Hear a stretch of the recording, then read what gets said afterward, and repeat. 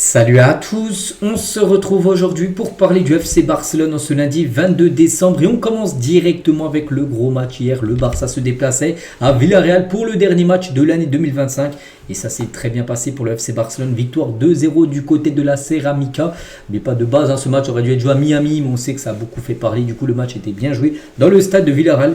Pas de souci pour le Barça, victoire 2-0, un but de Rafinha sur penalty et un but de Lamine Yamal, donc parfait bien sûr avant de clôturer on va dire cette année 2025 donc ça fait les unes aujourd'hui du jour, des journaux Mundo Deportivo Sport. Tout d'abord Mundo Deportivo, donc Torpedo Barça avec Lamine Yamal et Rafinha, les deux buteurs en tête d'affiche bien sûr, et pareil pour la une journal Sport, un champion d'hiver tout simplement pour le FC Barcelone qui est bien évidemment premier actuellement de Liga.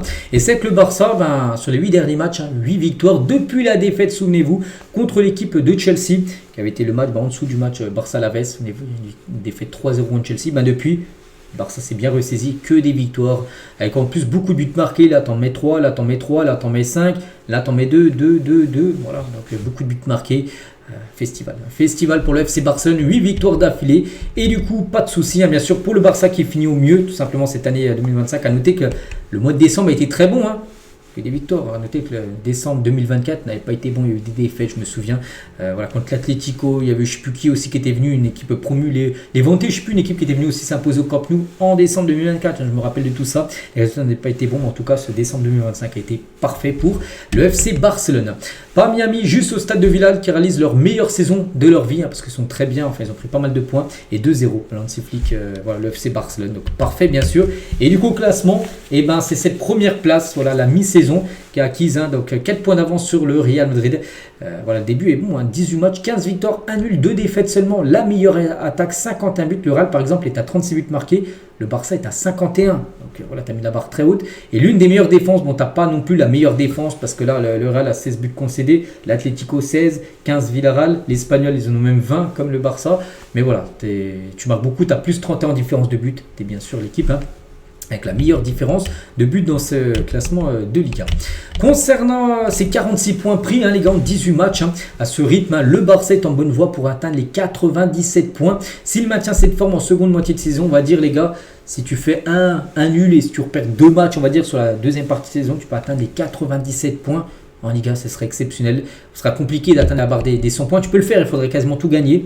Le Barça peut le faire bien sûr, et voilà, tu peux avoir quelques jokers bien sûr, mais voilà, tu peux atteindre quasiment 87 points voilà, si tu continues sur le rythme que tu fais depuis le début de la saison. Hansi Flick tient en conférence de presse sa dernière de l'année 2025, donc c'est parti. Le plus important ce sont les 3 points et que Juan Garcia nous a aidé à garder sa cage jaune violet par rapport au clean sheet, parce que oui, Juan Garcia a réalisé un très gros match, oui on a parlé avec le Barça s'est imposé 2-0, mais défensivement Juan Garcia a fait des arrêts déterminants, décisif. Je pense que nous avons accompli beaucoup de choses cette année. L'équipe, la mentalité, la qualité sont bonnes. Pour moi, la chose la plus importante est toujours l'entraînement. Et quand je vois comment ils s'entraînent avec beaucoup de précision et beaucoup de qualité, c'est ce que je veux voir. Parce que souvenez-vous, il n'avait pas le même discours en septembre, tout ça. Il disait qu'il ne comprend pas l'équipe. Elle ne s'entraîne pas avec la même intensité que la saison dernière, tout ça. Puis il se tenait beaucoup plein en conférence de presse. Et depuis, les gars, depuis quelques semaines, il a senti qu'à l'entraînement, ça changeait. Les joueurs mettaient beaucoup plus d'impact à l'entraînement, d'intensité. Et ça se ressent après en match. Et c'est pour ça qu'il est très content de ça, bien sûr, de ce changement, de cette réaction Hansi Flick. Donc on est toujours actif à l'entraînement. Aucun joueur ne dit ok, 70% suffit aujourd'hui. Non, tout le monde se donne à 100%. Pour moi, c'est la chose la plus importante, que nous ayons une très bonne qualité à l'entraînement. Et c'est ce que je vois aussi quand on a traversé ces semaines où on n'a pas bien joué. Je sais exactement d'après l'entraînement qu'ils l'ont montré ces 2 dernières semaines. Donc Christensen s'est blessé hier. On a parlé d'un gros coup dur. Nous lui souhaitons tout le meilleur, ainsi qu'à Gavi, Dani, Pedri, bien sûr, Araujo, qui sont tous blessés. Ils ne sont pas là, mais je pense qu'ils seront là au nouvel an. Voilà. Toujours avec Hansi Flick. Juan Garcia devrait-il être inclus dans l'équipe espagnole de l'Espagne? N'oubliez pas qu'il n'est même pas appelé lors des derniers matchs du rassemblement de l'Espagne. Il a dit ce n'est pas mon rôle, c'est Luis de la Fuente, sélectionneur de l'Espagne. C'est pas Hansi Flick de dire s'il doit oui ou non. Mais il a dit je suis content qu'il soit dans mon équipe, mais c'est quelqu'un d'autre qui doit prendre la décision, pas moi. C'est le sélectionneur de l'Espagne. Et c'est que pour l'instant, Luis de la Fuente n'appelle pas Juan Garcia. C'est fou au vu des performances. Après, on sait qu'il adore Unai Simon, le gardien de Bilbao, qui est le numéro 1 d'Espagne, poste de gardien de but. Mais il mériterait au moins d'être parmi les 3, je pense, bien sûr. Juan Garcia. Après, voilà, c'est Luis de la Fuente qui décide. Villarreal a une excellente équipe, donc ils ont beaucoup de vitesse en attaque et je suis très content de ces 3 points. Je suis content pour les joueurs car nous avons maintenant une pause, la pause de fin d'année. Et bien sûr parce que nous avons gagné les 3 points qui sont très importants contre une très bonne équipe. J'aime cette équipe, j'adore leur façon de jouer au football. Ils ont une grande qualité en attaque et des joueurs bien sûr très rapides. 8 victoires consécutives en Liga depuis le Classico. C'est une chose merveilleuse. Je connais la qualité des joueurs, leur mentalité et leur mécontentement et c'est vraiment bien sûr incroyable. Donc signer un défenseur central en janvier après la blessure de Christensen qui s'est fait, je crois, une rupture partielle des ligaments croisés. Donc, pas bon. On verra bien, je parlerai d'Echo peut-être demain, pas aujourd'hui. Pour moi, l'important c'est qu'Andrés Christensen revienne en bonne forme. Tout le monde devrait le soutenir car il traversait une période formidable. Il a très bien joué en coupe, il a été buteur contre Guadalajara mardi dernier. Et aussi à l'entraînement, il a offert un niveau fantastique. C'est triste car c'est une nouvelle blessure pour lui et j'ai pu lui souhaiter tout le meilleur et qu'il revienne bientôt. Et la forme récente du Barça, je pense que la chose la plus importante était que nous ayons atteint la stabilité en défense et je pense que nous l'avons très bien fait. Nous avons aussi travaillé cet aspect lors des séances d'entraînement, préparé beaucoup de clips vidéo et nous avons préparé aux joueurs ce que nous devons améliorer. Donc voilà, toute la conférence de presse bien sûr dans le Flick. On continue cette fois-ci avec l'homme du match. C'est lui les gars, c'est Rafinha, buteur sur penalty, le MOTM de cette rencontre. Et Rafinha, quand il quittait la Ceramica avec ce mur jaune derrière, le Ballon d'Or, il a dit je m'en fiche. Un journaliste lui a dit vous avez vu à votre 5e place au Ballon d'Or, qu'est-ce que vous en pensez? Je m'en fiche, voilà, c'est fait, j'ai fini 5e, c'est comme ça. Et un journaliste, il a dit sur Rafinha, beaucoup de choses se sont passées, mais la principale raison pour laquelle le Barça s'est amélioré après le match contre Chelsea, c'est le retour de Rafinha. Et ça, c'est totalement vrai, les gars, parce qu'il n'était pas là. Puis c'est vrai qu'il y a un Barça avec et sans Rafinha. Le Barça est beaucoup plus fort quand il est présent dans l'équipe. Regardez, tous les derniers matchs, il est décisif. Regardez, il a encore été élu homme du match lors de la rencontre hier. C'est vrai que depuis son retour de blessure, il a porté un bien fou. Et c'est pour ça peut-être que le Barça aussi marche très bien sur les derniers résultats. On va parler de Juan Garcia, lui aussi, qui est en grande forme. On se souvient aussi quand Chesney gaulait, à chaque fois, Chesney, quand il a gaulé là, pendant une dizaine de matchs, pendant qu'il était blessé, il n'y a pas eu un match avec un clean sheet pour Chesney. C'était compliqué. En tout cas, Juan Garcia, encore un clean sheet hier. Il est important d'être des leaders maintenant. Il reste encore beaucoup à faire, mais gagner aujourd'hui était notre objectif. En plus, il a réalisé pas mal d'arrêts décisifs. Nous aurions aimé assurer le match plus tôt, mais ils ont très bien joué malgré le nombre de 10 joueurs. Ils ont pris un rouge, Renato Vega qui a fait une faute totalement très stupide sur Lamine. Malheureusement, il n'a pas blessé le joueur du Barça. Quand les assaillants viennent vers moi, j'essaie de les arrêter. Il est important de revenir à garder une fiche propre, donc un clean sheet, on va dire. Je me suis senti très à l'aise dès le tout premier moment où je suis arrivé au Barça.